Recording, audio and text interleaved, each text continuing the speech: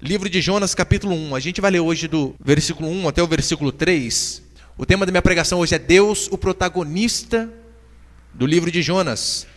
Diz assim: Veio a palavra do Senhor a Jonas, filho de Amitai, dizendo: Dispõe-te, vai à grande cidade de Nínive e clama contra ela, porque a sua malícia subiu até a mim.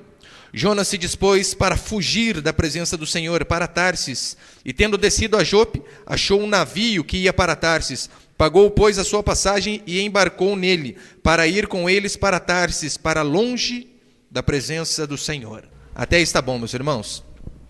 Aqui, a cidade de Nínive, por favor, presta atenção aqui agora. A cidade de Nínive era a capital da Síria, que era uma grande cidade. E Deus disse para ele: Jonas, eu quero que você vá para Nínive. É mais ou menos o seguinte: Jonas, eu quero que você vá lá para Taubaté. Diz a Bíblia que Jonas se dispôs, mas para ir para o caminho oposto. Ele foi lá para Guaratinguetá. Não vou para Tarsis. E Tarsis era a última região conhecida naquele tempo. Ou seja, era de fato o fim do mundo. Jonas tentou fugir de Deus indo para o fim do mundo. Eu vou em algum lugar que Deus não consiga me achar. Eu sei que quando nós ouvimos falar da história de Jonas, principalmente as nossas crianças, até nós mesmos, a primeira coisa que vem à nossa mente é a baleia. Apesar que a Bíblia não diz que é a baleia, diz que é um grande peixe. Mas vem à nossa cabeça o grande peixe, vem à nossa cabeça Jonas, vem à nossa cabeça os ninivitas, menos o personagem principal, menos o protagonista do livro, que é Deus. Nós não vemos Deus. O peixe aparece 2 vezes só. Jonas é um profeta rebelde. E convenhamos, eu nunca vi um pregador tão estranho igual Jonas. Normalmente os pregadores, eles seguem uma linha.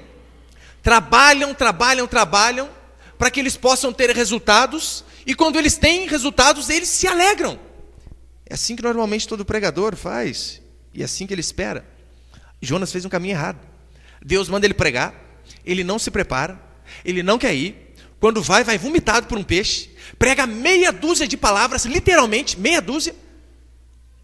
E diz a Bíblia que uma cidade inteira de 120 mil pessoas se convertem. E sabe o que ele faz? Fica bravo com Deus. Consegue imaginar um pastor desse jeito? Pedro prega 2 sermões, 5 mil pessoas se convertem. Jonas tem mais sucesso. Prega um sermão, meia boca, e 120 mil pessoas se convertem. E ele ainda consegue ficar bravo com Deus. Eu sei que hoje em dia, na época que nós vivemos, talvez seja difícil engolir a história de que um peixe engoliu um homem. Pastor, mas é difícil crer num negócio desse. É por esse motivo que pregar sobre Jonas é, acima de tudo, defender a Escritura, defender os milagres da Bíblia, e a Bíblia como um todo. Porque convenhamos, se tirarmos os milagres da Escritura, da palavra do Senhor, sobra pouca coisa para a gente pregar. Se anularmos os milagres, existem alguns teólogos liberais que eles não creem na totalidade da Escritura. Eles dizem o seguinte: o livro de Jonas é o calcanhar de Aquiles da Escritura. Ai, que absurdo, né? Que blasfêmia. O livro de Jonas é o calcanhar de Aquiles da Escritura, porque não tem como acreditar numa história dessa. Como que pode um peixe engolir um homem? Provavelmente uma baleia, pelo fato do tamanho. Eles dizem: não tem como acreditar num milagre desse. Você já leu o livro de Jonas inteiro? Esses 4 curtos capítulos? Não é só o peixe que é milagre. É o livro inteiro repleto de milagres. A tempestade que veio no barco, foi Deus que mandou, milagre. O povo lança Jonas para fora, cessa a tempestade, outro milagre.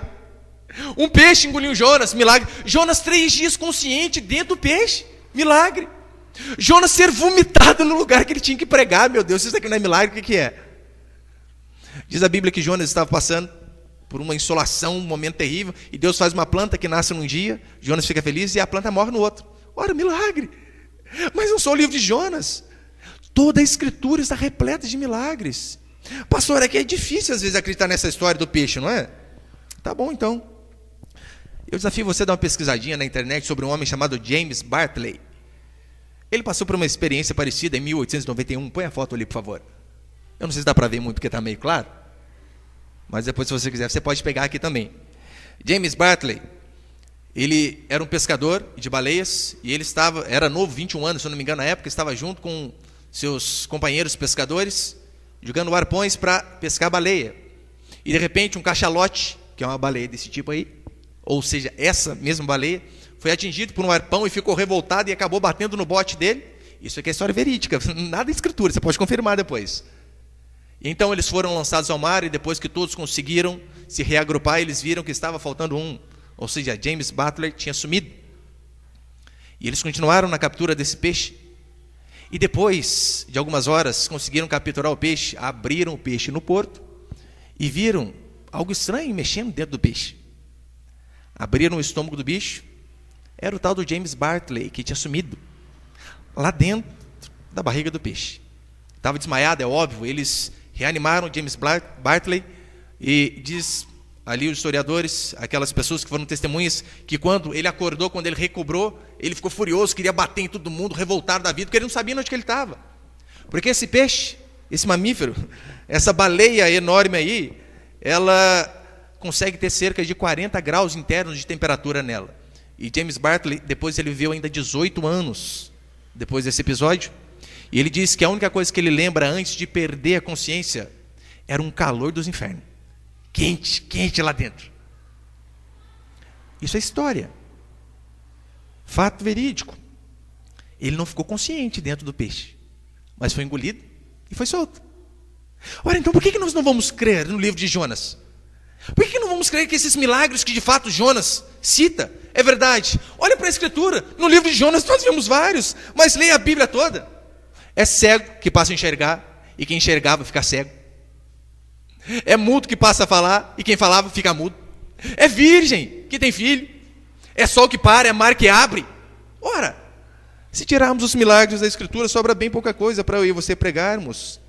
Jonas é mais do que a história da baleia, mas ele é a narrativa do poder e do amor de Deus por mim e por você. Foi assim que aconteceu com esse povo. Os marinheiros eram idólatras, os ninivitas eram homicidas, Jonas, um profeta rebelde, e mesmo assim aprove Deus em sua graça e em sua misericórdia prover salvação para aquele povo. Eu quero passar alguns princípios então dessa história. Primeiro princípio dessa história. Eu quero falar primeiro sobre os milagres e autoridade da Escritura. Você pode repetir isso comigo? Os milagres e autoridade da Escritura. Pastor, Jonas não é uma história figurada. Jesus contou muitas parábolas. Será que o livro de Jonas não é mais uma parábola? Se você disser que Jonas é uma parábola, é algo figurado, você também vai ter que afirmar que Jesus mentiu. Porque Jesus cita Jonas de forma literal. Olha o que diz Mateus capítulo 12.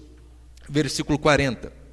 Porque assim como esteve Jonas 3 dias e 3 noites no ventre do grande peixe, assim o Filho do Homem estará 3 dias e 3 noites no coração da terra. Jesus falando aqui a respeito da sua morte. E qual que é o exemplo que ele usa? Qual o parâmetro? Jonas. Olha, assim como Jonas esteve lá no ventre da baleia, assim também eu vou ficar lá no centro da terra. E depois ainda Jesus diz que os ninivitas se levantariam e julgariam aquela nação porque se arrependeram com a pregação de Jonas. E aquele povo não. Se negarmos a verdade que Jonas aqui afirma, vamos ter que falar que Jesus mentiu, porque só há duas opções. Ou Jesus mentiu, ou Jesus falou a verdade. Não tem como termos uma terceira opção, de que era algo figurado. Pastora, mas muitos dizem que a Bíblia é lenda, folclore judaico. É assim como nós temos nosso vizinho Monteiro Lobato, folclore, cuca, rabicó, mula sem cabeça. A Bíblia também é cheia de lendas. Tá bom, veremos então se de fato a Bíblia é lenda. Primeiro, você não vê em folclores profecias se cumprindo. Você não vê. Assim como no Antigo Testamento, cerca de 2.000 profecias no Antigo Testamento, e todas se cumprindo rigorosamente, cabalmente, e profecias difíceis de se cumprir, como por exemplo profecias sobre reinos. Foi profetizado que o povo seria exportado para a Babilônia, levado cativo e ficar 70 anos como escravo, e de fato isso aconteceu. A Bíblia vai mais além, a Bíblia cita reis, dá nome dos reis e o seu modelo de governo. Você consegue ver isso em folclore? O pastor Monteiro Lobato profetizou lá com as aventuras de Narizinho. Ele ia fazer. Você não consegue ver esse tipo de coisa. Todavia a Bíblia dá um exemplo só, de um rei chamado Ciro. Diz que ia se levantar um homem chamado Ciro e diz a forma que ele ia governar. É mais ou menos o que eu dissesse hoje. Olha aqui, ó, vai se levantar um presidente chamado Adalberto e ele vai governar o país de tal, tal e tal forma. É difícil. E detalhe, a Bíblia diz que esse rei, ele levantaria o povo de Deus. Só que o povo de Deus naquela época estava de pé. Ou seja, eram duas profecias em uma, né? Olha, primeiro vocês vão se acabar. Depois eu vou levantar um rei que de fato vai levantar vocês novamente. E sem falar nas profecias a respeito de Jesus. Só acerca de Cristo são 300 profecias em média. Falando de como ele nasceria, onde ele viveria, como que ele morreria. Coisas que estavam totalmente fora do seu alcance. Só um exemplo. Nenhum de seus ossos seria quebrado. Isso não estava no controle de Cristo. Lembra Jesus? Ele estava ali na cruz. E uma forma de abreviar o sofrimento, para acabar com a pessoa logo, eles quebravam o joelho dos crucificados para que o peso fosse para baixo, então parado cardíaco, morria rapidinho. Eles chegaram em um ladrão, quebraram o joelho dele, chegaram no outro, quebraram. Quando foram quebrar o de Cristo, o que eles disseram? Não precisa. Ele já está morto. Daí aparece assim no Evangelho de Mateus diversas vezes, para se cumprir o que foi dito por meio do profeta tal. Nós não vemos em folclore profecias se cumprindo. Agora, quando de fato Monteiro Lobato prevê o futuro através das aventuras de Narizinho, nós vamos começar a fazer um paralelo com a Bíblia. Do contrário, não tem como. Você não vê em folclores nenhum ponto histórico. Eu só estou dando exemplo aqui do sítio Capão Amarelo, porque é nosso vizinho, está perto aqui, né? Mas você não vê nenhum ponto histórico. Os personagens surgiram da cabeça de um homem, Monteiro Lobato. Da mesma forma que o Olimpo surgiu na cabeça de Homero, aqueles deuses malucos lá. Agora olha para a Escritura. Olha para as narrativas bíblicas. Todas elas dão datas e dão lugares literais. Essa história aconteceu na Síria. Você vê diversos acontecimentos na Babilônia, que é o atual Iraque. Em Canaã, que é o atual Estado de Israel. Turquia. Lugares reais e cheios de testemunhas, que você pode pesquisar não apenas na Escritura, mas também em livros seculares. Folclores nós não vemos nenhum ponto histórico. Além do mais, o maior personagem histórico aqui é Jesus Cristo. Nós cremos que Jesus é Deus. Amém, meus irmãos? Estava vendo uma vez um site de ateu. Eu gosto de ler porque eu dou tanta risada. Meu Deus, isso aí que é fé que esse povo tem. Eu queria ter um pouquinho que a fé desses homens tem, meu Deus do céu. Essa fé deles é imensa. Eu estava vendo discussão entre ateus. Eu não sei o que colocaram a respeito de Jesus e Paulo. E um ateu diz assim: não, mas Paulo e Jesus não existiram. E o outro ateu respondeu, sabe como? Falei, meu irmão, você crer que Jesus é Deus, eu até entendo você não crer dessa forma, mas dizer que Jesus não existiu é burrice. Até os ateus sabem, o nosso tempo é dividido entre antes e depois dele. Acompanhe a história secular. De fato existia um personagem na Galileia há 2000 anos atrás. É Deus? Sim, isso é a nossa fé, é a nossa crença. Mas que ele de fato foi um personagem histórico que existiu e influenciou muitas culturas, isso é verdade. Portanto, milagres estão aqui por toda a Bíblia. No livro de Jonas, e Jesus ainda fez muito mais. Olha para os milagres que Jesus fez: ressuscitou morto, fez várias coisas.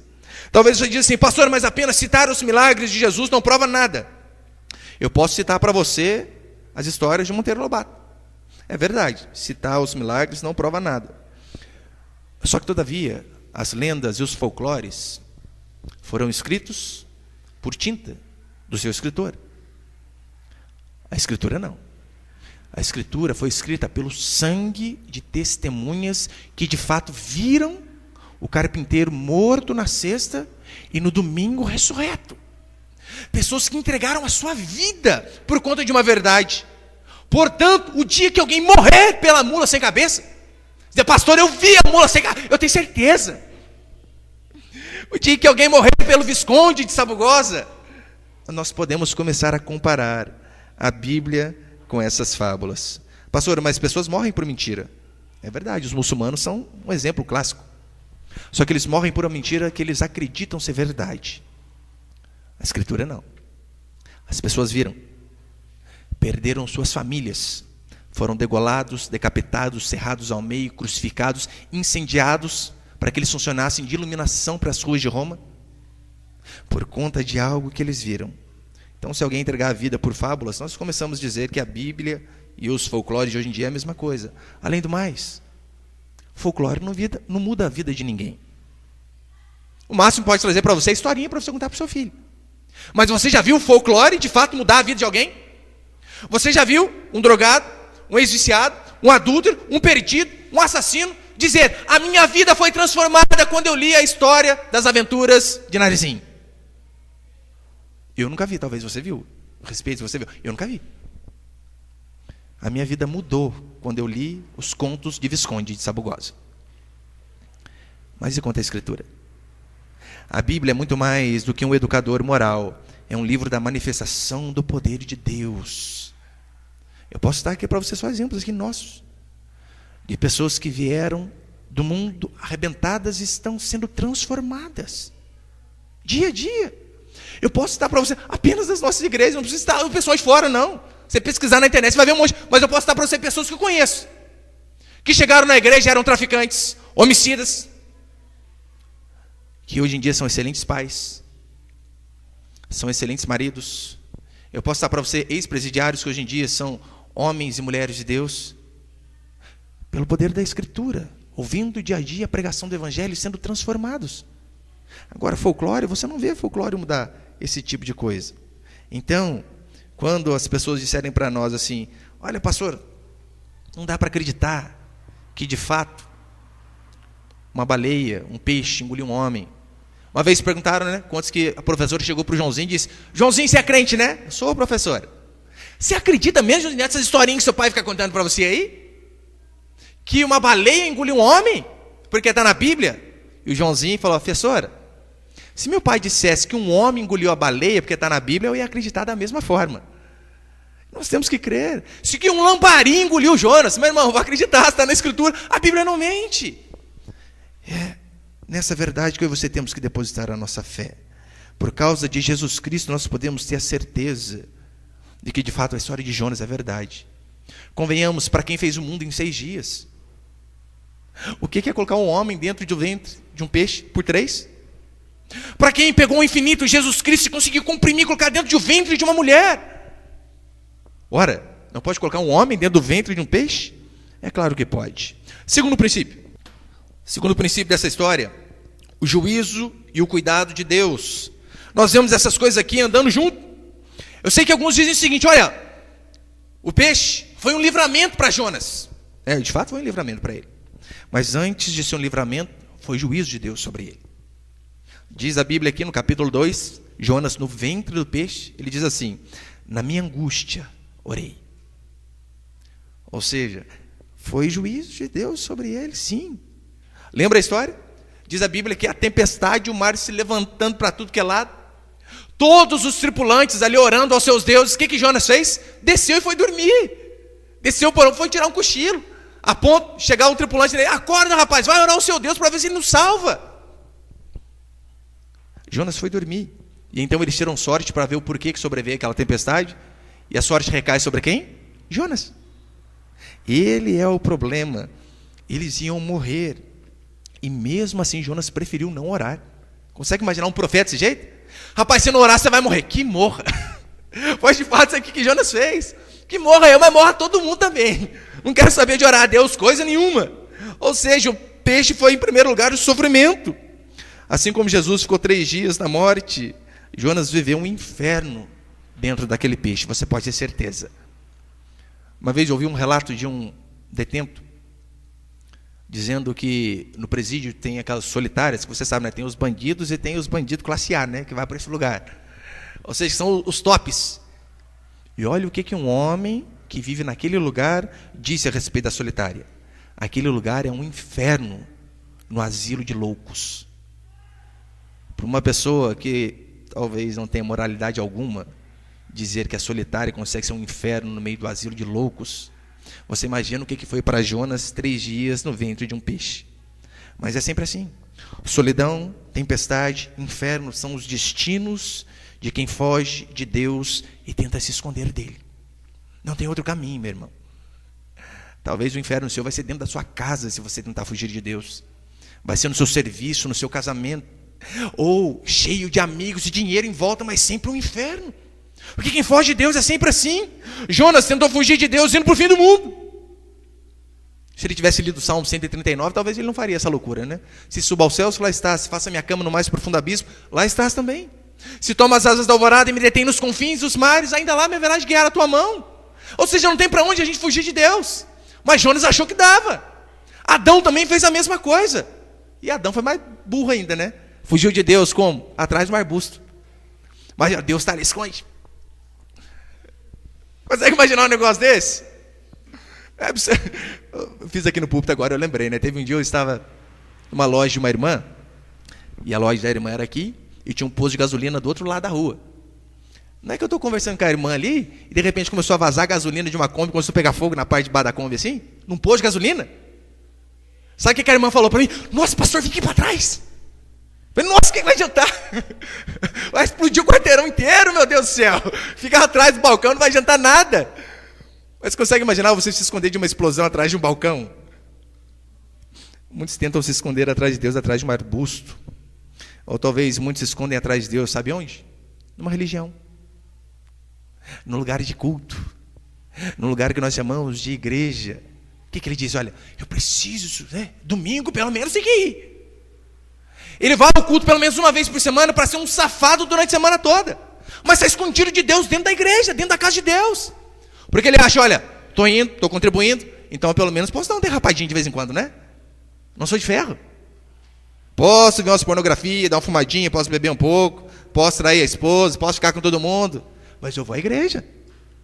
Ou seja, ele esconde de Deus numa religião. Quantos não se escondem de Deus atrás de argumentos fracos? Do tipo, Deus não existe. Quando ateus dizem, né? Você não pode provar que Deus existe. Eu sempre rebato, né? Prova para mim que ele não existe. Eles preferem acreditar que vieram do macaco, de uma explosão, de uma ameba, do que se renderem diante de um Deus que de fato arquitetou todo esse universo. Que convenhamos, você acha que uma explosão geraria tudo isso aqui que nós vemos hoje? Mas de forma alguma. Só que eles preferem se esconder atrás de um argumento fraco e inútil desse, dizendo que viemos do nada. Minha esposa está grávida e essa semana ela estava mostrando para mim como que funciona desde a fecundação do óvulo até o crescimento, até a gestação. Eu comecei a ver um vídeo daquele de 4 e comecei a chorar. Meu Deus, como que ninguém pode ver Deus um negócio desse? Olha lá, milhões de espermatozoides, um só consegue entrar, depois fecha, e uma célula que vira outra, que vira outra, que vira outra, e parece que o menininho é sua cabeça, depois vai crescendo o corpo e coração.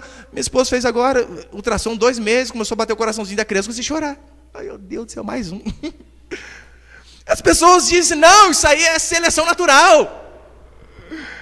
Acreditam que tudo veio do nada, ou seja, se escondem atrás de argumentos fracos, preferem acreditar que veio do macaco do que veio de Deus. Quantos não conseguem se esconder ou não tentam se esconder atrás do erro dos outros? Que convenhamos, pessoas erram. Daí o que as pessoas dizem? Não, para que eu vou para a igreja? Lá aquelas pessoas são piores do que eu, para que eu vou? Você quer encontrar uma igreja perfeita? E o que você encontrar não vai não, porque daí ela vai deixar de ser perfeita porque você entrou. É óbvio que igreja tem pessoas que erram, pessoas que falham. Somos seres humanos, não existe igreja perfeita. Mas o interessante é que Nínive, uma cidade pervertida, foi salva pela pregação de um profeta rebelde com meia dúzia de palavras. Olha o sermão de Jonas, ainda 40 dias e Nínive será subvertida ou destruída. Só isso que ele falou. Ainda 40 dias e Pinta vai ser destruído. Não deu ilustração, não começou orando, nada. Não teve um louvor antes. Foi só isso. Para mostrar para mim e para você que quando temos um coração quebrantado, até um profetinha rebelde, até um pastor novo, até alguém que não sabe falar um português direito, fala problema, subir para cima, descer para baixo, pode ser instrumento nas mãos de Deus para que nós venhamos a nos converter. Todavia, quando somos duros de coração, nem mesmo o próprio Cristo pregando pode quebrantar o coração das pessoas, que era o caso dos fariseus. Eles não ouviram apenas Paulo, Pedro e os apóstolos pregando. Eles ouviram o próprio Cristo. E mesmo assim, não se arrependeram. Mesmo assim, não se arrependeram.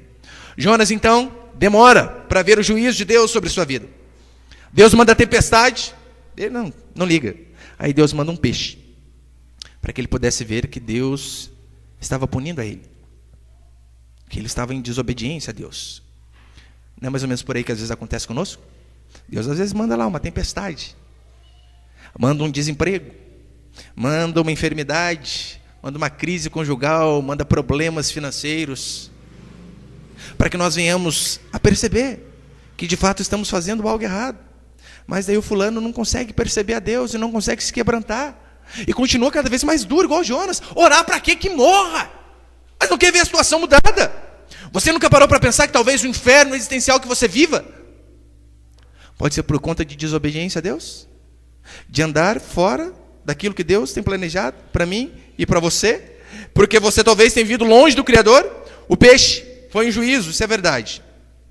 Mas também foi um livramento na vida de Jonas. Que, convenhamos, era para ele ter morrido no mar. O peixe manteve ele vivo.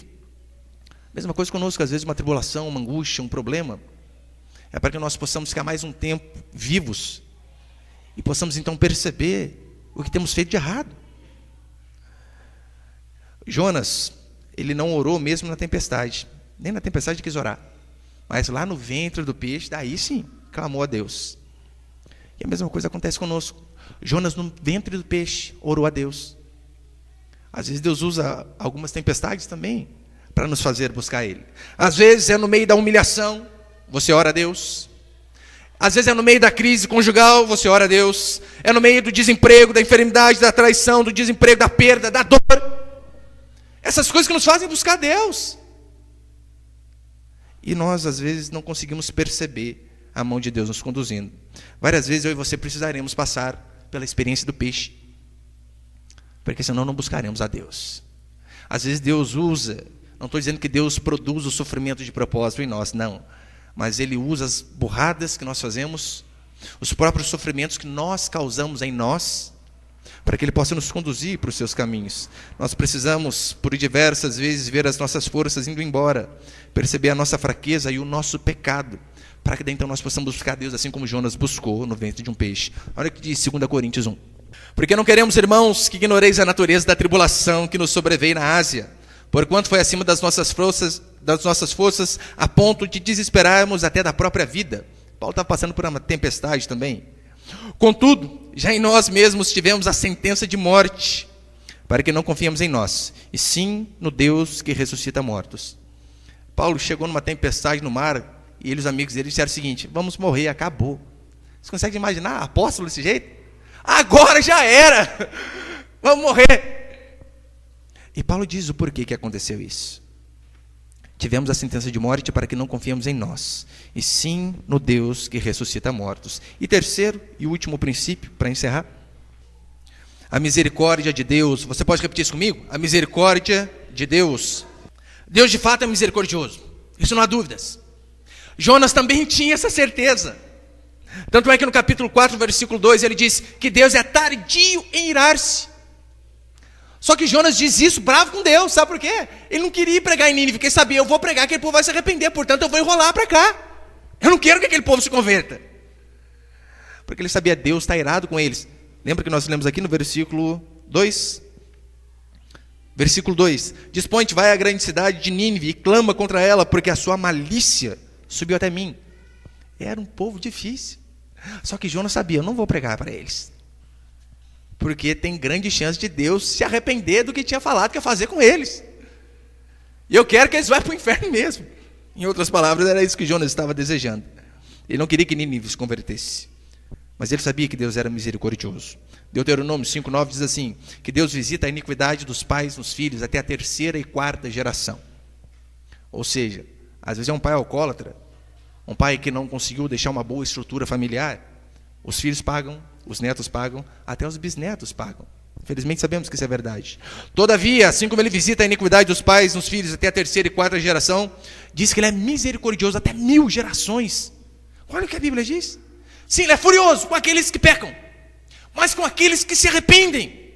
Ele é infinitamente misericordioso. Salmo 35 diz, não passa de um momento a sua ira, e o seu favor dura a vida inteira. Deus sim fica irado, furioso quando nós erramos. Todavia o seu favor dura a vida inteira. A misericórdia no livro de Jonas está por todo lado. Todo lado. Nós vemos a misericórdia de Deus sobre aqueles marinheiros. Aqueles marinheiros não eram boas pessoas, de forma alguma. Diz a Bíblia que eles eram ímpios. Aqui diz que eles oraram, mas oraram aos seus deuses. E foram cobrar Jonas, olha, nós oramos aos nossos deuses, ore agora ao seu, para quem sabe o seu possa responder. Eles não oraram a Deus, mas sim aos deuses deles. Mesmo assim, sem orar ao único Deus verdadeiro, diz a Bíblia que Deus ouviu a oração deles. Se isso não é misericórdia, o que pode ser? Nós vemos a misericórdia de Deus em relação aos ninivitas, que eram os assírios. Pensa no povo cruel, pensa no povo pervertido. Era um povo terrível. Alguns historiadores dizem que eles eram um povo tão perverso que quando eles ganhavam batalhas de outros exércitos, eles faziam atrocidades de colocar medo até no diabo. Queimavam crianças, só para não ter que ficar cuidando. Matou os pais, sobrou a criança, não, queima ela, churrasco. Matavam crianças e bebês para não ter que cuidar deles. Eles capturavam os inimigos e cortavam orelhas, vazavam os olhos, furavam os olhos. Antes de matar, fazia todas essas crueldades. Arrancavam a língua, sabe, enfiar a mão e puxar tudo, ou algum outro tipo de ferramenta. Esses eram os ninivitas. Eles enterravam o prisioneiro até o pescoço, assim, na terra, e deixavam ele morrer lentamente com os dias. Era um povo totalmente pervertido. E alguns historiadores dizem que muitos povos, ao ver que os assírios, que os ninivitas estavam vindo batalhar contra eles, sabe o que eles faziam? Se matavam. É melhor a gente se matar do que deixar esse povo capturar a gente, porque vai ser muito pior. Tamanho era o temor que eles tinham desse povo. E aí, então, eles ouvem um sermão de meia dúzia de palavras de um pastorzinho rebelde. Se arrependem e Deus salva 120.000 pessoas, apenas com uma pregação. Em relação a Jonas, o que dizer desse profeta rebelde, não é? Deus diz, olha, rapaz, vai para lá. E ele é bravo com Deus, não vou. Diz a Bíblia que ele paga a passagem dele para ir para outro lugar, né? Que coisa, hein? Deus então envia a tempestade, depois da tempestade envia o peixe. Jonas prega, o povo se converte e Jonas fica bravo. Não já se viu salvar esse povo, Deus? Consegue imaginar alguém discutindo com Deus assim? Foi de fato o que Jonas fez. Então Deus faz uma plantinha para trazer sombra para ele. Ele fica feliz, ai, estava muito salvo. Deus faz a planta no dia, no outro dia arranca a planta, mata a planta. Diz a Bíblia que quando o povo se converte, Jonas pede a morte para si. Consegue imaginar? Não, preguei, a pessoa se converteu, Deus me mata, que eu não queria ver esse povo convertido. Daí depois, Deus mata a plantinha e Jonas pede a morte para si de novo. Dizendo, Senhor, me mata, não devia ter tirado essa planta daqui. Jonas fica irado de novo. E Deus questiona Jonas o seguinte, Jonas, é lícito essa tua ira? Sabe o que Jonas disse? É lícito essa minha ira até a morte.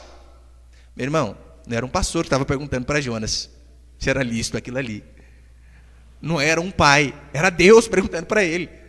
Se você é Deus, o que você faz com um profeta desse, meu irmão? O quê? Vai falar assim comigo, seu ingrato. Meu filho menor, ele está de férias. Daí ontem à noite, se eu não me engano, ele está lá no tablet dele, e usando a internet, jogando joguinho. Eu falei, Samuel, agora está na hora de dormir. Desliga isso e vamos dormir. Sabe o que ele me disse? Não, pai, estou de férias. Na hora arranquei da tomada tudo, internet, tab da mão dele. Vai dormir, rapaz! Você consegue imaginar o que Jonas fez com Deus? Tá bravo por quê? Eu tô bravo porque eu tô bravo, o senhor fez errado. Ficou bravo com Deus, o homem. Ficou chateado. Daí Deus vem com a moral da história. Diz o seguinte para ele, olha, você consegue se compadecer de uma plantinha que eu fiz um dia e que morreu no outro. E você não consegue se compadecer de 120.000 pessoas que não sabem diferenciar entre a mão direita e a mão esquerda. Você consegue ter misericórdia de uma planta, mas não consegue ter misericórdia de seres humanos que iriam morrer sem se arrepender. Que coisa! E Deus diz, eu me compadeço desse povo. Se você não se compadece, profeta, o problema é seu. Eu já tenho compaixão. Eu quero que as pessoas cheguem ao pleno conhecimento da verdade. Romanos 2,4 diz assim, ou despreza a riqueza da sua bondade e tolerância e longanimidade, ignorando que a bondade de Deus é que te conduz ao arrependimento? O que Paulo está dizendo é o seguinte, o que nos conduz ao arrependimento é a bondade de Deus sendo derramada sobre nós. Que convenhamos, no livro de Jonas, você não vê nenhuma pessoa boa. Ninguém é bom. Os marinheiros são idólatras, os ninivitas perversos e o profeta rebelde. Ou seja, a bondade de Deus foi quem conduziu aquele povo ao arrependimento. É a mesma coisa em relação a nós. Nós estamos aqui não porque nós somos bons, mas nós estamos aqui porque um dia a misericórdia de Deus nos conduziu ao arrependimento. Do contrário, também não estaríamos aqui. Eu não sei se você lembra de quando a misericórdia de Deus te conduziu ao arrependimento, mas eu lembro da minha. Eu lembro, Rafael, que eu era. Eu lembro, depois de tempos, a minha esposa insistindo, vamos à igreja, vamos à igreja, vamos à igreja. Então, eu entrei numa igreja que de fato pregava a palavra de Deus verdadeiramente. Eu lembro das pessoas que estavam ali, da música que estava tocando, da palavra sendo pregada. E eu lembro que naquele dia a bondade de Deus me alcançou. Eu não queria ir, de forma alguma. Eu fui, confesso para os irmãos, primeiro porque eu falei, rapaz, eu vou lá, acho que está de zóio em alguém, hein? Que tanto vai à igreja? Vou lá ver que igreja que ela vai. Eu fui bravo, fui para sondar ela. E também fui para ela parar de encher minha paciência. Porque toda vez, vamos à igreja, ninguém aguenta, né? Vai uma vez só para você parar de encher minha paciência. E eu lembro a bondade de Deus me conduzindo. Eu olhei para trás e lembro do passado que eu tive, da família idólatra que eu saí, do pervertido que eu era, do perverso que eu era, do odiador a Deus que eu era. E eu lembro mesmo assim Deus tendo misericórdia da minha vida.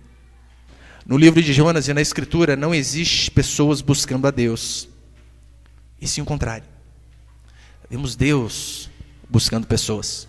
Os marinheiros não clamaram a Deus, clamaram aos seus deuses. Os ninivitas não foram até o profeta. Deus precisou mandar um profeta até eles, o contrário eles não iriam. E Jonas, obviamente, fugiu. Você sabia que também você não veio aqui apenas por amor a Deus? Eu sei que hoje em dia tem aquele discurso politicamente correto, né? Você vem pelo amor ou pela dor? Meu irmão, ninguém vem pelo amor. Ninguém. Talvez você veio a primeira vez para resolver os seus problemas. Você veio para agradar um amigo, para agradar uma amiga. Você veio às vezes porque você não aguentava um vazio existencial dentro do seu coração.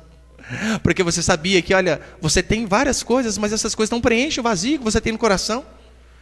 Eu lembro de uma frase de Dostoiévski que ele diz assim, no coração do homem é um vazio do tamanho de Deus.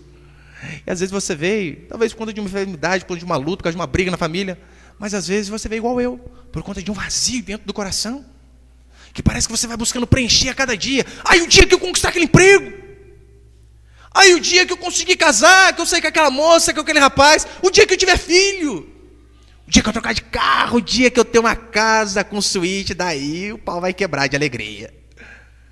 E você vê que essas coisas não preenchem o vazio dentro do seu coração. Você não veio a Deus por amor. Você veio talvez procurando uma segurança, uma proteção. Talvez você veio aqui para fazer barganha com Deus. É normalmente assim que a maioria vem. Vem porque está precisando de algo. E não porque quer dar algo. E nós lemos aqui em João 15. Não fostes vós que me escolhestes a mim, pelo contrário. Eu vos escolhi a vós outros. E até o dia que nós decidimos vir, foi porque Deus gerou em nós essa vontade, como diz Filipenses, porque é Deus quem efetua em vós tanto querer como realizar segundo a sua boa vontade.